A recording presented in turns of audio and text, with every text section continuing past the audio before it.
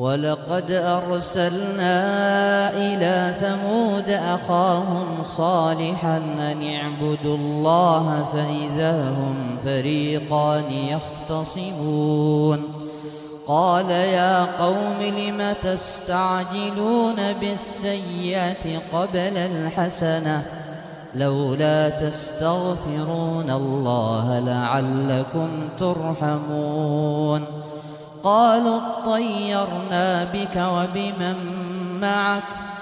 قال طائركم عند الله بل أنتم قوم تفتنون وكان في المدينة 9 رهط يفسدون في الأرض ولا يصلحون قالوا تقاسموا بالله لنبيتنه وأهله ثم لنقولن لوليه ما شهدنا مهلك أهله وإنا لصادقون ومكروا مكرا ومكرنا مكرا وهم لا يشعرون فانظر كيف كان عاقبة مكرهم أنا دمرناهم وقومهم أجمعين فتلك بيوتهم خاوية بما ظلموا إن في ذلك لآية لقوم يعلمون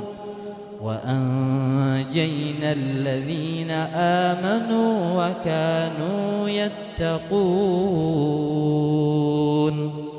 ولوطا إذ قال لقومه أتأتون الفاحشة وأنتم تبصرون أئنكم لتأتون الرجال شهوة من دون النساء بل أنتم قوم تجهلون فما كان جواب قومه إلا أن قالوا أخرجوا آل لوط من قريتكم إنهم أناس يتطهرون